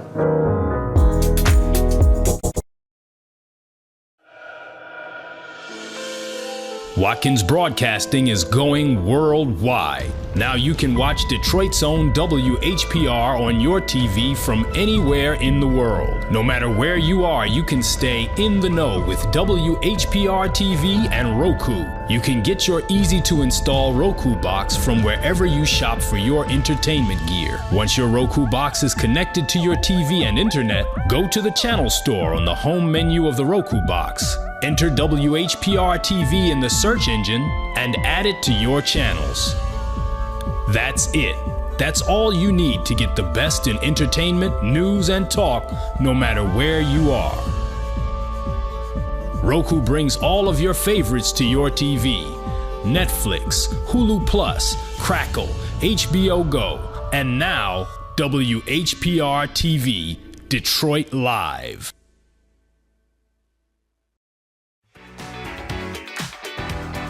Every Monday through Friday from 12 noon to 3 p.m., it's the Tavis Smiley Show, distributed by R.J. Watkins Studios. All media platforms are engaged.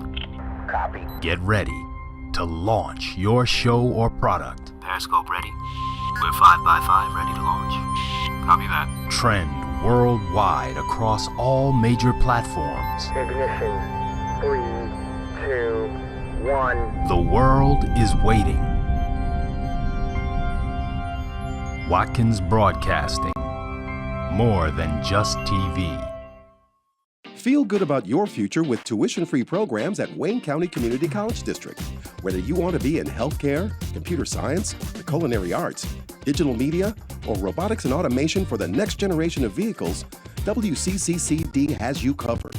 A full range of programs to achieve your goals, fit your schedule, and give you all the support you need to be successful. All of it tuition-free. Now there's something to feel good about. Register today at wcccd.edu.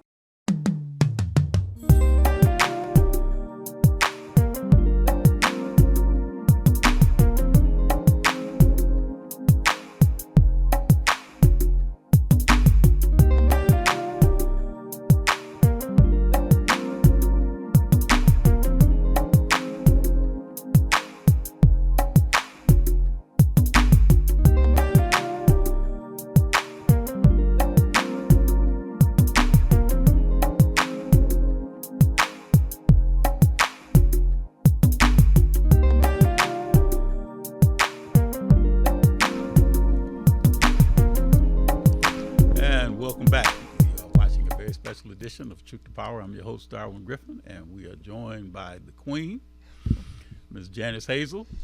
She is a definite an advocate for women's rights, as well as Mr. Ishmael Terry from All for One. And we know in terms of say that Ishmael's going to have to talk to a lot of women after he leaves from the station today. His mother, he'll probably hear it from his ancestral grandmother as well as from his wife. So we know there'll be a lot of dialogue in the Terry household. But, you know, one thing that we have to look at when it comes down to our mayoral election is that, as Janice and Ishmael and Norman, you know, has stated, transportation is one issue. Infrastructure, you were mentioning about the curb, you know, in terms, say, with the infrastructure when it comes down to curb repair and street repair. But another issue that's been something that's been prevalent in the city of Detroit was homelessness. Yes. And, you know, we knew about the situation that happened with the young lady that was in the casino parking lot, and things happened in terms of, say, unfortunately lost a couple of her children, you know, as a result of sleeping in the van in the casino parking lot. But there was a lot of issue about homelessness in the city of Detroit. We just recently had the situation where Job Corps had to let a lot of their residents go, and some of them had no place to go. And I know I saw some of the people that were on TV, you know, wishing that they could have been right there to go and grab these young people up and take them home, you know, with them. But what do you think in terms of, say, Janice Ishmael, when it comes down to addressing homelessness in the city of Detroit by the person that's vying to be mayor? And I'll go with you first, Ishmael, and get your elevator speech real quick about what you think, and then Janice, because I got a couple more questions I want to ask you. Oh, okay. So I'm gonna say this real quick. Almost 67% of the population in the city of Detroit is homeless. Most of the time, they don't even know that they're homeless because they living with someone, right? So because they living with someone, they don't think they're homeless, but you don't have a home, right? So I'm gonna draw this real quick. The right candidate will talk about how they can use industrial structures and put infrastructure money into those kind of buildings, right? Those old commercial buildings, like in Corktown and them areas, and redevelop those buildings, right? Put a brownfield abatement around it, so then you could put tax abatement around that. I think a lot of, if not all, residents would probably put money up, pony up on making sure that happening, right? We know that 32% of the population that is homeless occupy, if not live, downtown. So you have to make sure that you can put those large industrial buildings, fix them up, make sure that you can actually put the homeless people in there. We known to give them $20, $50, $100 just to get off that block, just so when we can do the what you call those things, the Grand Prix, right? So we give them homeless money, homeless people money, just so they can get off the block. So then people won't look at the city like it's a bad situation to be in, right? So instead of doing it just that way, build the infrastructure. If you're the mayor, the next mayor, go into those old commercial buildings, redevelop them into homeless shelters, and then have those capabilities in there where they can have medical, mental health is a big issue. Have all of those initiatives inside of those buildings so that homelessness can be resolved. That's it. That's my speech. Thank you. I'm glad you brought that up, and I would like to hear any candidate that's running for mayor to talk more about the unhoused and the homeless population in Detroit. It's something that's near and dear to my heart. I have housed a number of people over the years. I've got a number of other bedrooms that are unused. And as you said, a lot of people don't recognize that they are actually unhoused or homeless because they're living with a family member or they're living with a friend, romantic partner, whatever that is. I know people who live in their cars because of them being unhoused, whatever the situation was that happened, that they got put out of some place. Parents might have put them out, right? A romantic relationship went sour. That wonderful show that you did with, I can't remember her name, but she talked about the domestic violence, which then became, and I had a situation with a young woman who, domestic violence, and I was like, you gotta get out of there. Stayed with me for a while. Unhoused, unhomed. Their name's not on the lease anywhere. And so that's huge. I'd like to hear more about that plan. Also, population of unhoused people is children who age out of the foster care system, right? Yes. And they're out there as well, and that is just horrible because I've come across some of these unhoused children who aged out of the foster system, foster care system. They no longer have a place to live or stay, and just think about that. I was very fortunate that after high school, I knew I was going to college. My parents paid for it. And then I, went on to get my job and moved out of the city, out of the state, because of my parents' foundation. But those children who were in foster care don't have that network behind them.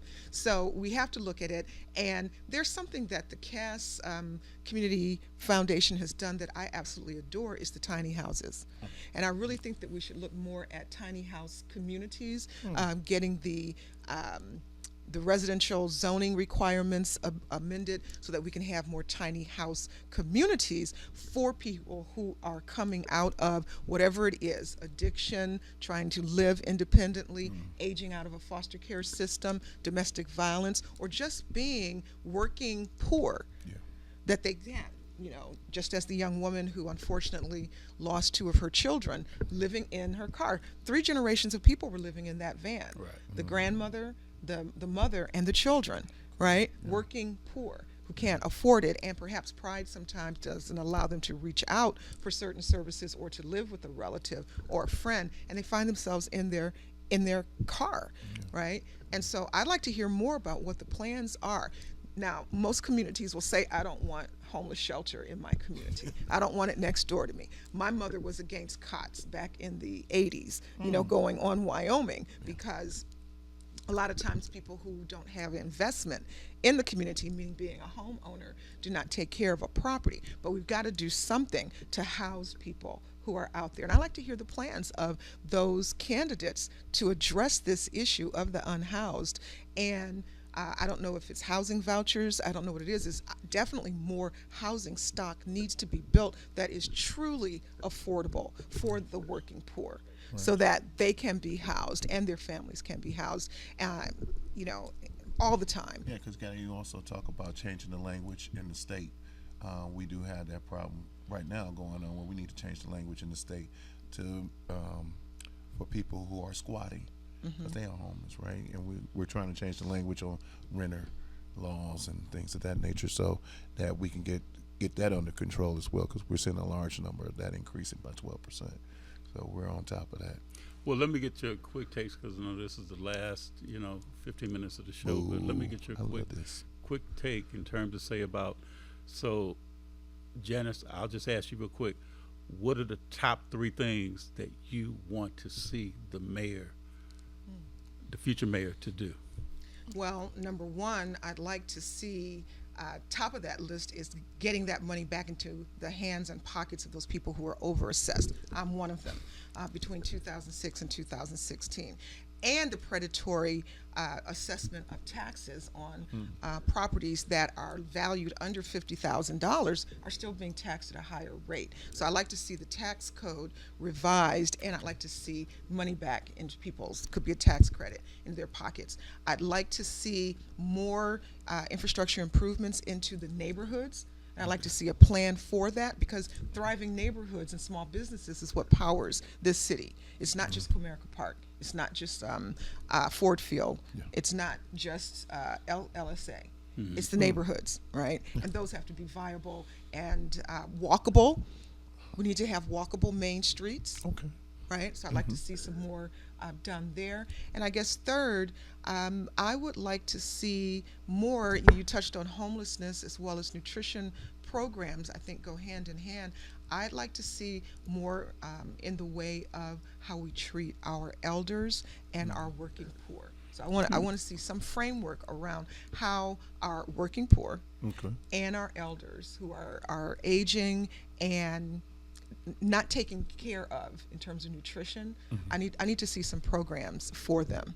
Okay. Ishmael? I like just that. Real quick. Okay, real quick. One, housing. The housing market has to be a little more affordable. So I like the next mayor to be able to work with the state to change the language on affordable housing, giving people access not through the land bank and not through Wayne County, but giving strong access to, if you see 4 houses next door, give the people that live in that community the opportunity first to buy the property and fix it up, right? And then have people living in those houses.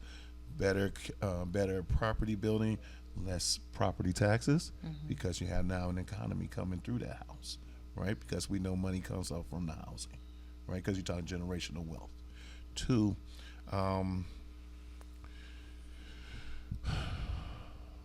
economic development.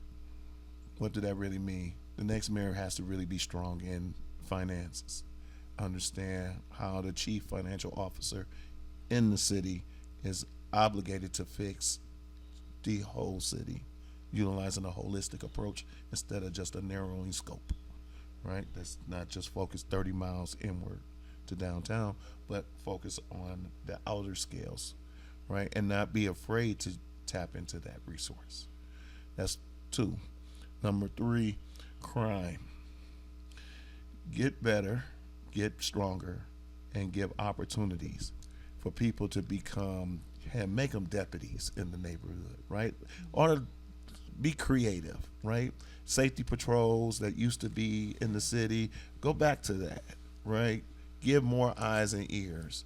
Give people an opportunity to be able to say, hey, we don't want motorbikes riding down our streets doing catwalks and all of that, right? Speeding up and down street humps. but giving the residents that opportunity to become deputized to make sure that the neighborhood watch that they used to have, reestablish that.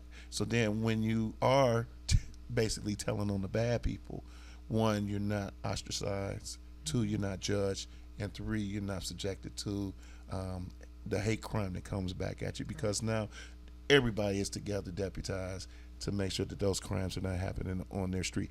That will keep the limited amount of drug dealers off your neighborhoods, because now everybody who said, I hate the drug dealer that's in my neighborhood, now you have power behind you, so you can actually get those drug dealers out your neighborhood. So those will be my thing. See, you made me think about something too, because I was in a meeting and one of the candidates was at the meeting, and one of the things that this candidate addressed, somebody brought up about how they drag race up and down the streets through the neighborhoods and going through red lights, not recognizing the red lights. And this candidate made a comment and said they suggested an area in Detroit where it could be just strictly for the young people to be able to drag race or, that kind of thing. What's your thoughts about that? If I might, I have clocked my highest rate at 170 miles an hour, right? My brother modified vehicles, and I dragged raced as a teen, right? So I understand that culture very, very much so. And my brother went on to buy a strip in California, which is where he lived, he and another, so that there could be legal drag racing. But here in the city of Detroit, I have to say it, in the 70s, yes, I did, right? And so I understand it. As a homeowner, now I hate hearing all that noise. Right, and I'm going to catch whoever this is going up and down Oakman with all of this noise and vroom, vroom, vrooming and what have you, because it's not only noise pollution, it's also a safety issue. So I think that there should be skate parks, there should be some sort of park for or strip for our people who want to drag race. These ATVs that are on the street are unsafe. And they should have a place where they can do that. You can't just say stop doing that and not give an outlet. So as a person who used to drag race in the 70s, yes, I have to say, I would have liked to have had a organized place where we could go and do that, as opposed to Warren and Livernois by the White Castle, which is where we met up. We went down on Holbrook, right? Came back up, and because I told my brother if he didn't let me drive, I was going to tell our parents that this is what he was doing. So he let me drive, right? And no one knew there was a girl in the car. Once again, a woman who whooped those boys 170. You're not going to let me go on this one. Mopar. I got you. Right? I know you got. So, but that was the 70s. But I will say this to I you. wish we had a place, and we should have a place to do that now. We have to change the laws. We have to change the laws. The state laws stipulates that officers cannot chase vehicles that's in the high rated, because we could sue the city. So we have to change that law. We have to give officers an opportunity to be able to maximize their stretch into getting that off the street, right? But I also agree that the next mayor needs to take park and rec money that comes in and say, okay, you know what? We're going to build that dynamometer. We're going to build that there in each 4 corners of the city, giving every opportunity. So you want them to be 4? Yeah, 4 of them. The reason why I say 4 is because if you only have 2, you're going to fill those places up real quickly, right? Because you're not talking about the biker. You're talking about the residents who ride in cars that want to see it.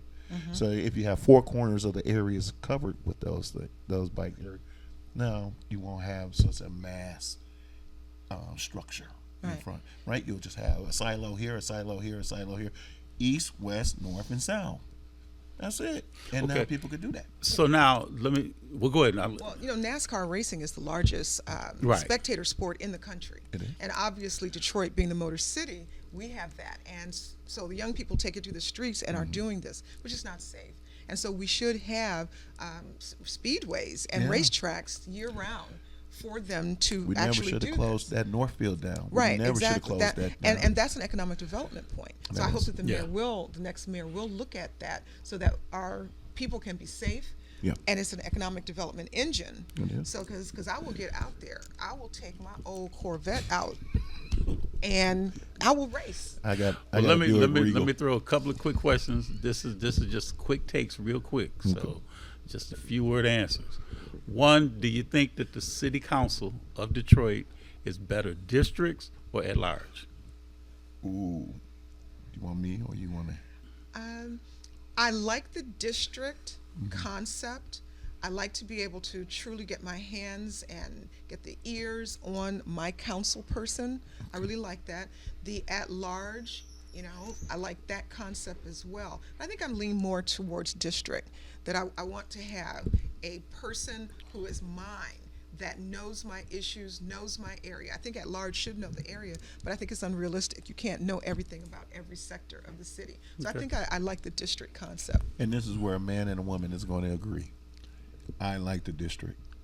By district means, like Jen said, there's an isolation between a city council member and his residents, right? One, man, this is 140 acres of land. You can put 4 cities in this large city. So being at large, man, you got to cover all that space. I wouldn't wish that on no one, right? But being in my district, District 7, our district, rather, let's say that. Mighty 7. Mighty 7. I know Franklin Park, right?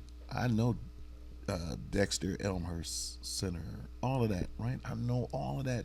Rouge. Right, Rouge, right? Come on. So if I'm from that, first of all, if you go to running for the seat and you from that area, you got a better chance of winning because everybody know you when you from that district. When you at large, there's not much space you can cover. Yeah. And if you don't have the manpower to be able to cover all of that at large district, nobody really gonna know you that well if you ain't got no name recognition, if you ain't already been out there years ago doing something else. That's what making Coleman Young stay there at large. That's what's gonna make Mary Waters stay at large, right? Okay. Because they well know. Quick take, yay or nay. Do you think that there needs to be residency requirement for Absolutely. Police. For police and fire. Oh, for police? Come on, we grew up under And fire, right. We grew up under Coleman Young, and my mother said specifically that because Mayor Coleman Young introduced the residency requirement specifically for fire and police officers, because come on, in the 60s, the 50s and 60s, my parents watched houses burn, that the fire officers did not even bother to put out the fires because they had no vested interest. After they leave and after the engines and the trucks leave, you've got these blighted buildings in a neighborhood that burned, that unfortunately many of them never got rebuilt. If you're invested in the city in which you live, I think you should work and live where you play. Go everywhere, but you should work where you earn your money. I got you. Okay, so my answer is to that. We did, we already have 2 bills that's already laid up there in Lansing, right? One from Senator Sylvia Santana, and Donovan McKinney, and them just retract on the rep side. I am agreeable to the idea that officers need to live in the city of Detroit, but what I'm not agreeable to is the fact that we try to play them into buying raggedy homes and not give them a tax break towards those raggedy homes. That's what Bing tried to pull, where he said, I try to keep the police here in the neighborhood, so I'm going to give you this special deal. You buy this house over here and live here, we good to go, right? But he was selling them with no windows and no doors, right? And then wasn't giving them a tax break so they can get those properties up to code. I believe that you need to have the police officers and fire and safety living here, but in a different format, okay? One, you have to make sure that the underlining language of giving your property looks better than what I was going to give you. Okay, so that means they got doors and windows and opportunity, and tax abatement is not way to go. What you do is then you bring down the value of the property and have them have the opportunity of buying it, right? Because most of our police officers are making well under, some of them even are on aid, right? So, yeah. And it's crazy, and they're forcing them to work 12 to 16 to even more hours because they have lacklusters of more population to go in. What most of our city employees are doing now is that they get the training, the $1 million training, and then they'll stay in for 6 months or 8 months or even up to a year, and then leave to another county or city, or even neighboring counties and cities, right? They don't even just leave the state. They just go to a neighboring. We are trying to change that narrative as well. You stay here, you work here, you play here, right? So if you leave within a 6 to 1 year period, you have to repay us back all of that back to the city. Now, a lot of the DPOAs and all of them are upset at that. The unions are up, the sergeants, the captains, and all of them, because they live in St. Clair Shore. They live in all of these places that they're not supposed to be living in, but we haven't made any headway or mechanism to force them to live here. These bills will make them do just that, will make them live here in the city of Detroit, fire and safety and police. But we're also looking at in 2031, when yours truly becomes state rep, to influence or reconstruct the grandfather clauses to make sure that they have a better opportunity financially to retire on, instead of just what they have with scraps. Okay. Tim just indicated we got about 5 minutes left. It's all Ms. Janice. I'm gonna do this real quick. First, I'm gonna ask you: are either of you prepared to give me who you think will be the two candidates vying against each other for mayor of the city of Detroit? Just real quick. You don't have to go into a scenario. Just who do you think will be the two candidates that will probably be on the ballot in November? I'm not going to say, because I don't want to speculate and I don't want to deter or influence anyone who has not made their decision. So I think everyone should do their research.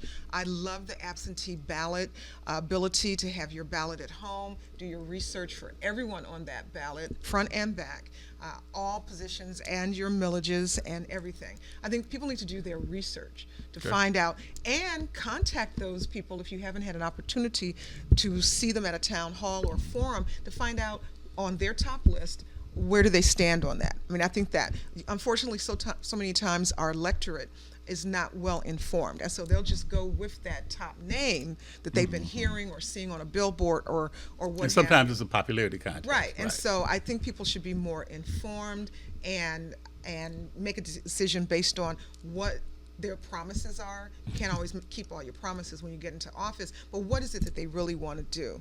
And so I defer to say who I think the top two are, because again, that's engineering, that's peddling influence. Okay. You know, we're on a broadcast outlet right now. If I say a name or two names, then that leaves out some other people. And if this is my last time to speak, I want everyone to know that I'm taking off my earrings when we go outside. And I'm going to get with Ishmael on that issue of women empowerment. We've only had 105 years to be able to vote in this country. So, you know, the patriarchal society continues. So I'm going to take off my earrings and we're going to deal with this, because I told him I trained at Kronk. Stay in the kitchen. I trained at Kronk, so I'm ready to continue this discussion. They got to stay in kitchen. All right, Ishmael, you can, I'm not going to say you can get the last word, but just make it real quick, because we probably got a minute left. I can't say who I believe should be mayor, because I work with all of the candidates. Okay. So I can't literally put that out there, because each one of them, they come to me to talk to me about what they think.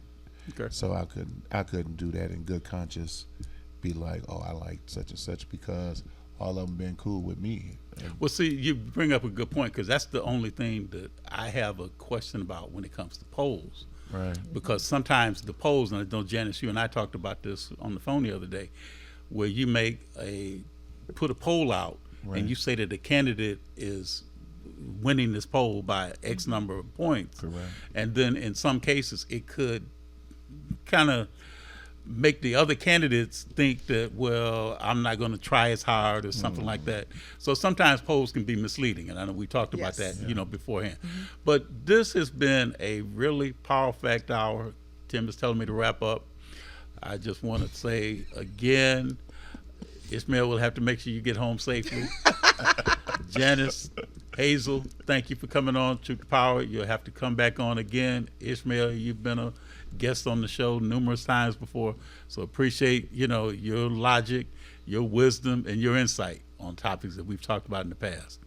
I just want to give kudos to Norman Clement for being on the show with us today, from Detroit Change Initiative, and then another person who didn't have a chance. I'm to sound like Jimmy Kimmel, but I didn't have a chance to get Renee Yancey on the show today. But we'll have to get Renee Yancey on the show at another time. But again, before Ishmael gets beat up, you're watching a special edition of Truth to Power. I'm your host, Darwin Griffin, and we'll be hopefully back. Maybe not Ishmael as quickly, but we'll be right back Keep 'em in the next kitchen. Friday from 10 to 12. So stay tuned. Have a great rest of the day.